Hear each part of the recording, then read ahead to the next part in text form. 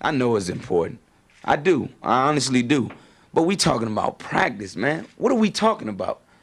Practice? Yes, we're talking about practice today. We talking about practice?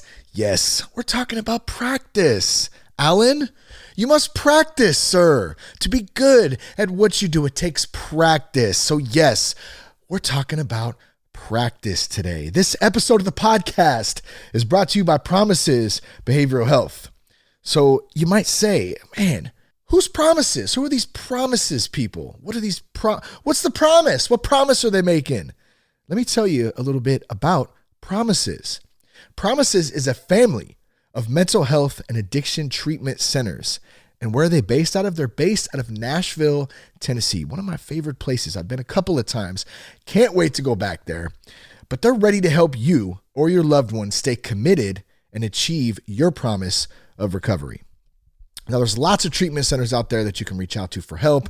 There's lots you can choose from. Maybe you don't know how to pick one. That's where Promises comes in. They care about their people. They care about your families. They have family. They have friends in recovery themselves. So it really helps them understand. They know what's going on because some of them have experienced it personally, which is always a huge benefit when working with anybody in recovery. Experience, I don't want to say experience trumps the old certificate, the old degree. Definitely not, but I will say experience is such a valuable thing. And when you can work with people who are genuine, who have either experienced recovery themselves or they know people, they have family, they have friends that are in recovery, it makes it that much better to be able to connect with them. Now, in addition to that, they have highly trained staff members, Promises does, throughout a variety of their treatment centers. Here's how you can learn more about options near you. Go to promisesbehavioralhealth.com/soberguy, or you can call 888-205-1890. That's 888-205-1890. Tell them you heard about them from that Sober Guy podcast, and they will help you or your loved one get the help that you need. So thanks again to Promises. Love partnering with you guys. Love having a valid resource. Also, let me tell you about the Clean Cause. I'm going to take a drink of the old Clean Cause for this Clean Cause right now. This is the lemon lime. Wow, that's good. That's good. I'll tell you what, that Clean Cause is an organic sparkling yerba mate energy drink, and it's got minerals, it's got amino acids, it's got naturally occurring caffeine. Only 30 calories per serving too. They got 4 flavors: peach, raspberry, lemon, lime, which I'm drinking now, and blackberry. You got to say it like that. Blackberry, raspberry, but they taste great. And you get a crash-free energy boost. Here's the best part though. Here's why we partner with Clean Cause. Not just because they have great drink, but because 50% of all Clean Cause drink profits support recovery from alcohol and drug addiction. Get 20% off your first order by going to cleancause.com, entering the promo code SOBERGUY. Once again, go to cleancause.com, enter the promo code SOBERGUY. Get 20% off your first order. All right. I'm excited to talk about this today, to talk about practice. We're talking about practice, man. Let's do this. That Sober Guy podcast contains adult content, merciless truth, and emotional nudity. Listener discretion is advised. Yes, I'm Shane Raymer. You're listening to That Sober Guy podcast, and we help people stay sober. Be sure to check us out at thatsoberguy.com. You can connect with us on Instagram, at Real That Sober Guy, and on Twitter at Shane Raymer. Shout out to Humans Music. Love this intro. They always got some good jams. I think they're doing a farewell tour as well. You can find them, I believe it's at DAS Humans on Instagram. If you'd like to connect with them, hear more of their music, of course, go to iTunes, Spotify, all those platforms. Good homies of the show. Wish them the best on that final tour coming up. And they've had some new videos come out recently, too. So just want to little shout out to those. Check them out. Yeah, good stuff. All right, let me give a shout out to someone I love very much, to my best bud, G. Just hit 30 days of sobriety, man.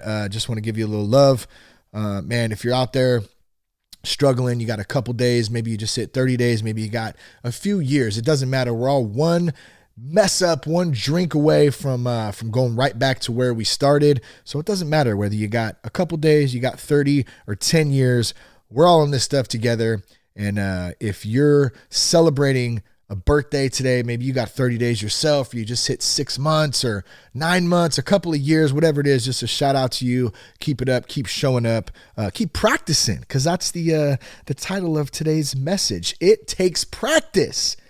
We talking about practice. How many times are you going to say it, Raymer? I don't know. But how many of you like to practice? Who likes practicing? Like, you could answer me. I wish you could, but my guess is this.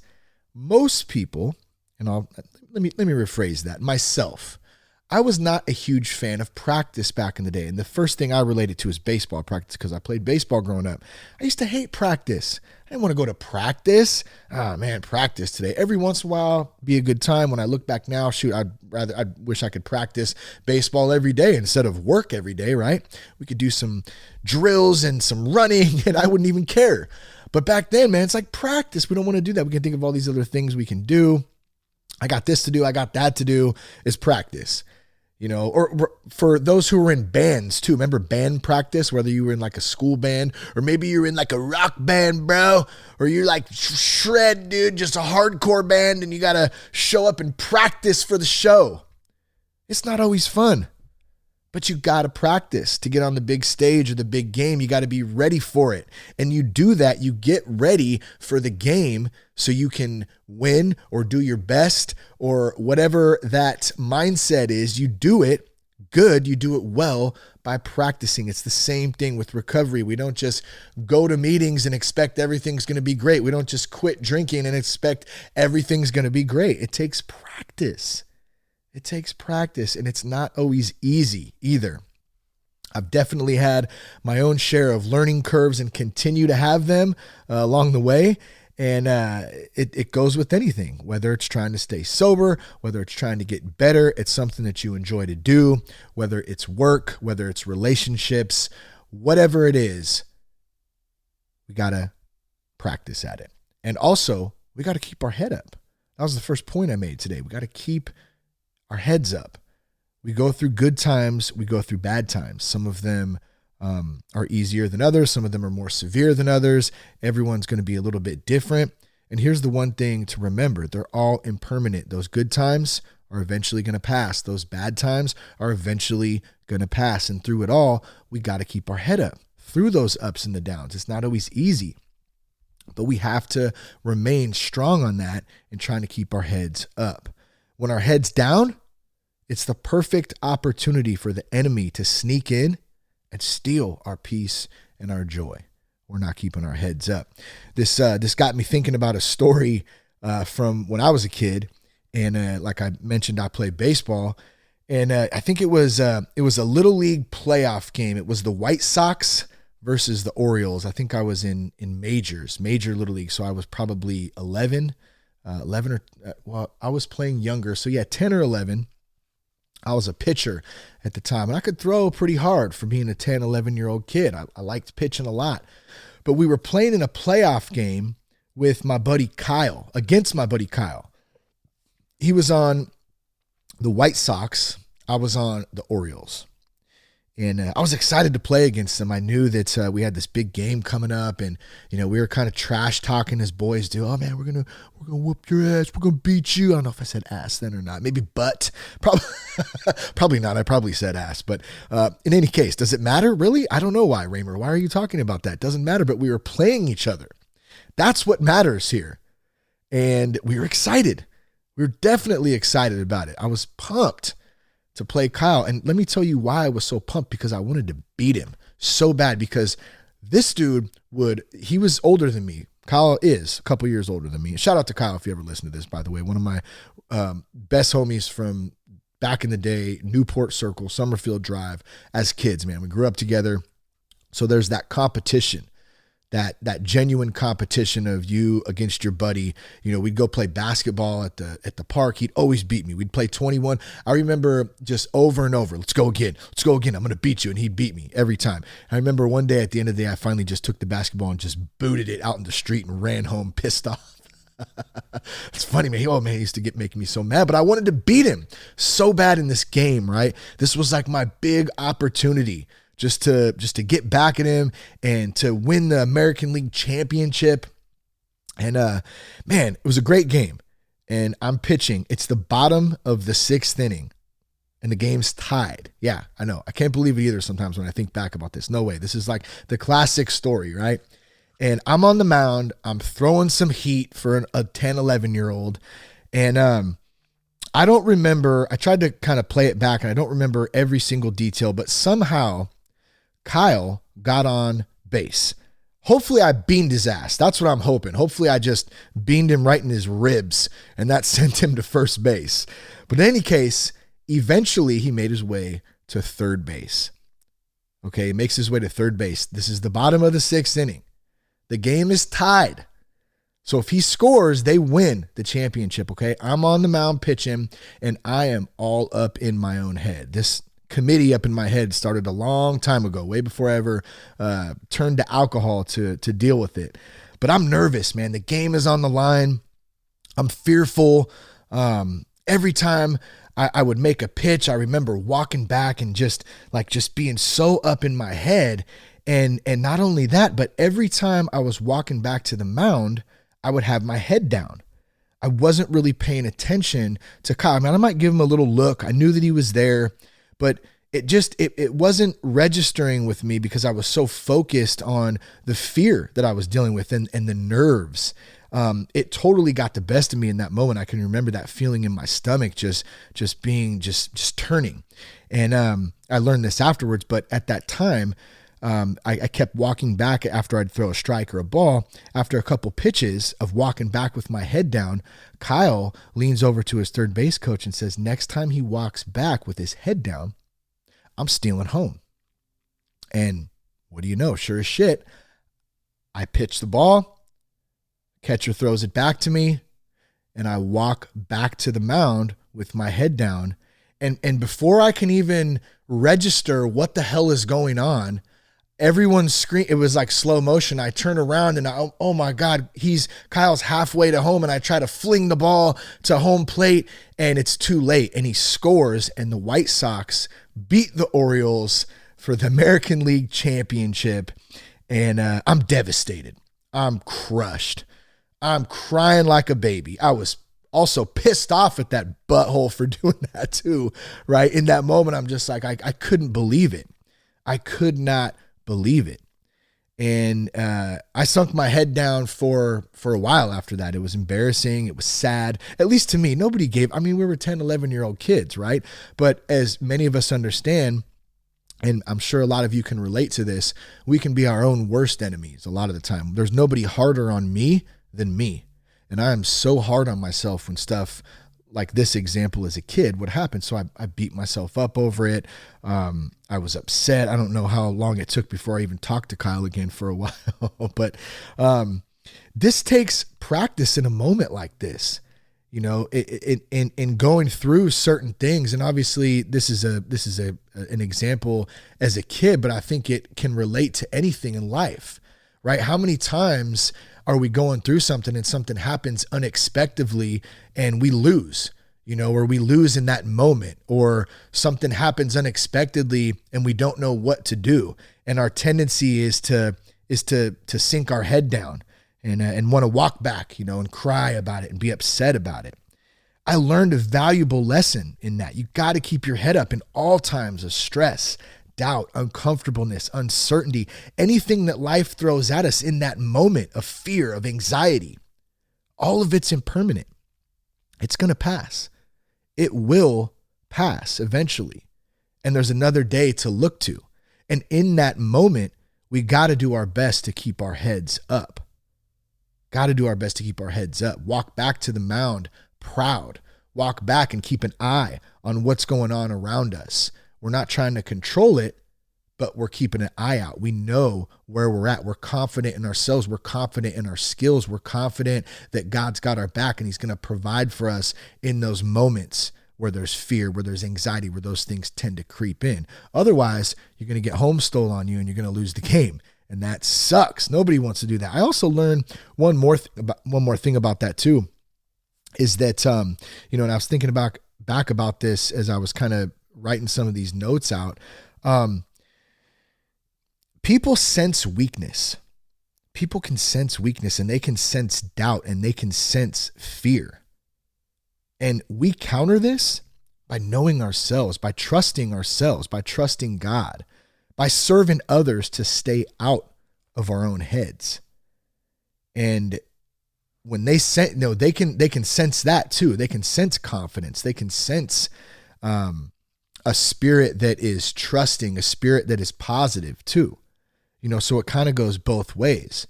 And we got to do our best to stay on the other side of that. And that comes with practice, right? We practice this stuff. We practice meditation. Which, by the way, is a really big struggle for me lately. I don't know what it is. I've been talking to my sponsor, to Buddy. Many of you guys know Buddy. He's been on the show. You've heard conversations we've had.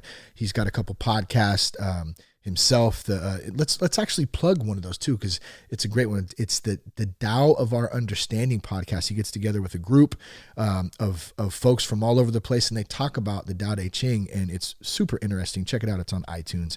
But in any case, the meditation thing, we've had some conversations about that, and I've been trying to get in that spot where I can kind of drop into it, and it's just, it takes practice. And here's the thing, it's really hard to practice when you suck at something too. Like, I wouldn't say I suck at meditation, but I'm not very great at it. And this is, I've been doing it on and off for years now. And prayer is a little easier, I think, for me. I can tend to get in my quiet place and get into that. But maybe it's the act of, trying to meditate and like trying to control it. Maybe that's what it is. But in any case, point being, no matter what it is, we got to practice on it as we keep going. The other point number 2, okay, moving on from keeping your head up. Point number 2, just show up. Just show up. Let God work. God works through me. I'm a firm believer that God works through all of us. And I believe that he sends messages through people. That's what I believe. I'm not saying you got to believe that. Maybe it sounds crazy to you. Totally cool. I don't care. That's what I believe. And I feel like it's really simple.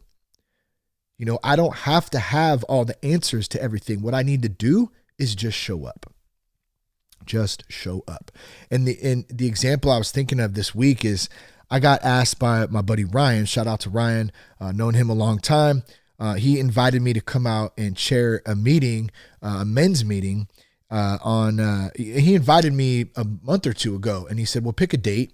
And I said, okay. I was looking at the calendar, and I don't really pay attention to football that much. And so I said, February 2nd, I'll be there. Sunday night, 7:00 meeting. Can't wait to share. Really looking forward to it. Well, about a week out, it occurred to me that February 2nd was the Super Bowl. I said, oh man, wait a minute. The Super Bowl starts at 3:30. I'm going to be at this meeting at 7. Man, I may end up missing some of the last part of the Super Bowl. All right. To me, even though too, the 49ers are in the Super Bowl, right? They ended up losing, as we all know, or those of you who pay attention to it. I'm from the Bay Area, or East Bay Area, a little bit inland, right in between Sacramento, San Francisco, Vacaville, son. But it's a Bay Area team, right? They're in the Super Bowl. So obviously, locally, ton of 49er fans. I'm not really a 49er fan myself, but I'll definitely root for a Bay Area team. Watch a little bit of the Super Bowl, get together with some family, eat some good grub, have a good time. Well, as we did that, as time ticked down, I looked at my watch. It was about 6:35, 6:40, and there was still 6 minutes left in the game. And I had to get over to this meeting. And I had made a commitment to it. I'd made a commitment to that meeting, and I'm going to show up. Just show up. I got to show up for it. I got to be there. And here's the funny thing about this, right? Had I Had I been drinking at this time, had I been still actively doing what I was doing, I would totally have bailed on this commitment. Screw that. I'm watching the Super Bowl. I would have made a ton of excuses. It's the Super Bowl. This, that, whatever. Regardless if I made the commitment, I wouldn't have shown up. And that's what I love about being sober, about working a program, about having good people around me that can teach me, that have taught me this kind of stuff. Mentor, sponsor, friends, family, all that, just good people that I've been able to pick up things from and learn from, and then kind of shape my mentality today, that I show up for stuff. I'm not perfect at it by any means either. I have to cancel things sometimes. I have to reschedule stuff. I don't, but I honestly try my best to do everything that I can, especially when I make a commitment to something. And so here's the funny thing. I get up, I leave, 6 minutes in the game left. It's like almost, I can't remember what the score was. It was damn near tied. It was the best part of the Super Bowl was the last 6 minutes, and that's when I left. So I didn't get to see it, which is fine. I'm not complaining. I could really care less, to be honest. But I've already said it 3 times. Here's the funny thing. Okay, I promise I'm going to say it right now. The funny thing is, as you're walking into the meeting, it's separated by one wall, and there's a bar on one side, and there's the meeting room in the other. And when you share at this meeting, your chair is backed up to that wall. So the irony in that, I sit down, the meeting starts, and as the meeting is starting, all this stuff is going on in the Super Bowl, in the wall, in the room behind me. And the irony is you have 2 rooms full of drunks, but you got one room in recovery, about to do a meeting, and you got another room right separating that wall who's hammered, going ape shit because the Chiefs just won the Super Bowl, or they're about to win the Super Bowl. And I'm not talking shit or anything either about what I'm not saying, well, they're dumb because they were drinking. That's not what I'm saying at all. I'm just pointing out the irony in that. You have 2 rooms of it. And as I sat there in that moment, I don't care what they're doing at the bar next door. That's their own deal. But I was damn glad that I was on that side of the room that night, sitting in that chair, versus on the other side of the wall, hammered ass drunk, rooting for my team and probably going out to make some dumb decisions afterwards, and that's what I get to do today because I just show up. I practice. I do my best. I don't always want to either. Showing up for practice sucks some days. Just like I was saying in the beginning of the podcast, some days you just don't want to. Practice sucks some days, but you got to do it. It takes a practice, to do that. And by just showing up, we allow God to work through us. We get out of ourselves. It keeps us where we need to be. Keeps me where I need to be. I wanted to be watching the last 6 minutes, of course, but I needed to be in that meeting for whatever reason it was. Maybe someone needed to hear what I shared. Maybe, or I know definitely I heard some things that guys shared that I needed to hear, so just show up and God will take care of the rest no matter what, especially if someone is multiple people have told me this, and I've heard it and I've said it before, but I always revert back to this too. When I don't want to do something, obviously reasonably standardized, right? Or whatever the heck the right word is for that, but with reasonable consideration, depending on what it is. If it's something I don't want to do, like going to a meeting or, doing something that I know I need to get done, but I'm putting it off I just need to do it because I know I need to be there, and I needed to be at that meeting in that night for some reason, and I heard some great stuff in there, and hopefully someone heard something that I shared that could help them. That's what it's about. Just showing up.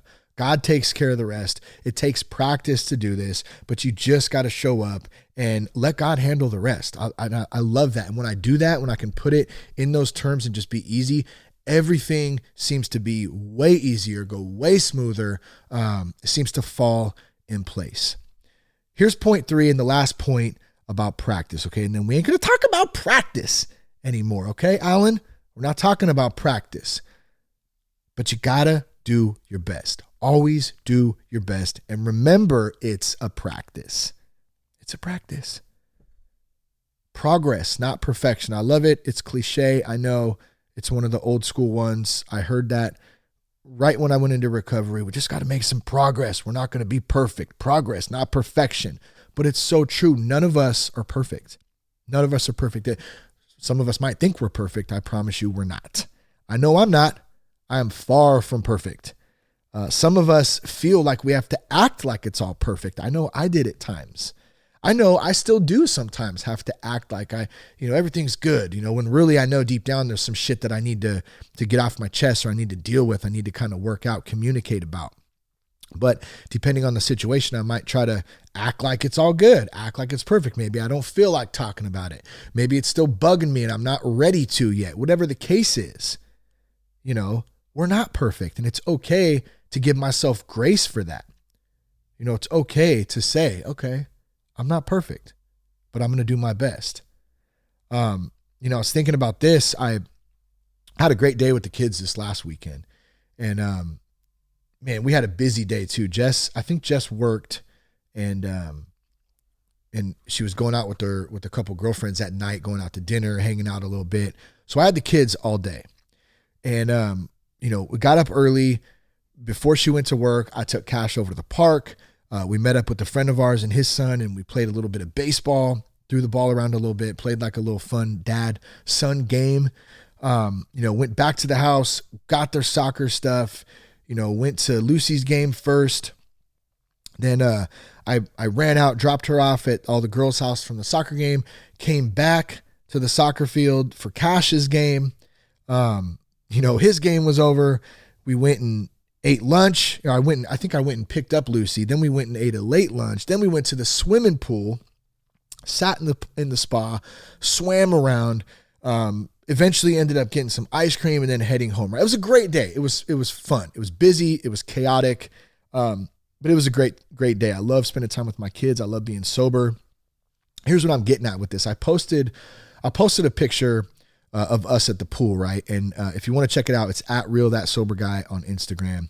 And Lucy took a picture of me kind of kicked back on this chair.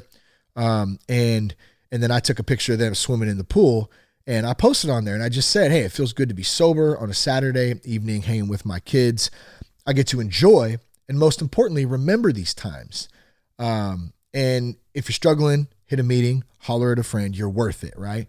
And I was just in the moment, man. I was feeling it. I was super grateful in that moment, and we were having a good time.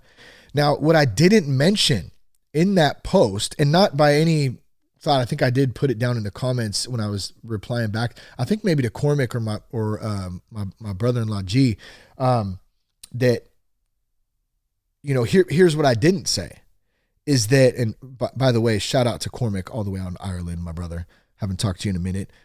Man, longtime listener and homie of the show. Cormac's been there since, man, I think like the first month or two that we launched Sober Guy. So always good having those connections from Cali to Ireland, man. That's good stuff. But here's what I didn't mention about that post and about that whole day that I just explained to you. We're doing this, we're doing that, we're on the go.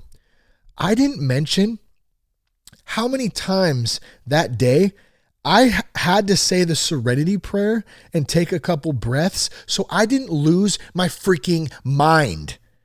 Even though it was so fun, I love my kids. I love both of them with all my heart. I'll do anything for them. I enjoy spending time with them. But bro, hear me out, bro. It is gnarly sometimes. It's crazy sometimes. It's off the hook like I want to rip my hair out some days. Some days I ask God, how did you make me a father? I'm incapable of doing this. I feel like that some days, like, holy shit, how did I get myself into this? And I'm just being honest. It doesn't mean that I love my kids any less, but dude, it is chaos sometimes. And I have to practice being in that moment. Out of all the good things that happened that day, the 27 other moments when they were fighting or talking back or doing something they weren't supposed to be doing, or I was stressed out about something else or daydreaming and I had to pull my ass back in and then there's so many things, trying to get around people to make it to the game on time. Just all these little things in there. I got to stop myself and say, God, grant me the serenity to accept the things I cannot change, the courage to change the things I can, and the wisdom to know the difference. And what is the courage to change the things I can? I can change my attitude. I don't have to be perfect. But I can make some progress in those moments by remembering, keeping it conscious in the front part of my brain to stop for a second when I'm about to lose my shit. And I can say the serenity prayer and take a breath, whatever tool it is that will help you do the same thing. First thought wrong. That's a good one I learned from Mark Lundholm when I was in rehab. First thought wrong. Second thought wrong. Third thought wrong. Maybe on the fourth time I'll get it right, Raymer, because your cranium is crazy some days. You got a lot of things going on around you. You know, how am I going to do this? How am I going to do that? How am I going to pay that? How am I going to get this done? How am I going to get here in time? We got to practice dealing with this stuff. It's a lifestyle. It's not just, hey, I think I'm going to be sober. I'm not going to drink anymore and everything's going to be wonderful. Fuck no. I haven't said that word in a minute, but it just felt right there. It's not how it works. You know? Man, see, now I'm feeling guilty for saying the curse words, but I can't help it. That's how it sounds to me sometimes. Hell to the mother effing no. I stopped. Okay? But that's what it's about, practicing this stuff and being conscious of it, working a program. I don't care what program it is. We got to be doing something. We got to be getting some coaching, some sponsorship, some mentors, some friends, some God, some Jesus, whatever your God is. That's mine. I need that. You know, I need that in my life. I need to be built up by those around me. My wife does an amazing job of speaking into my life. She's very good at it. Something that I have continued to learn from her, you know, in being okay with myself and then learning how to speak into other people, you know, and that she's a big piece of that. And there's also a lot of other pieces to it. That's what we need. We need to surround ourselves with people who can be on that committee. I was talking to my homie Josh today about that, and his boy's about to go off to college, and he's got a bunch of scholarship offers and, you know, different opportunities, which is amazing. He's an outstanding football player, his kid.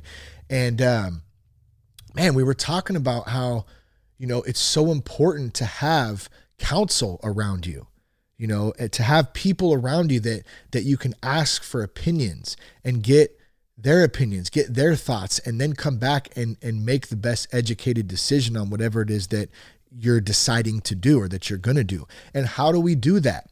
We do it by practicing this daily stuff every day, by setting these things up in advance, practicing reaching out to people, practicing showing up.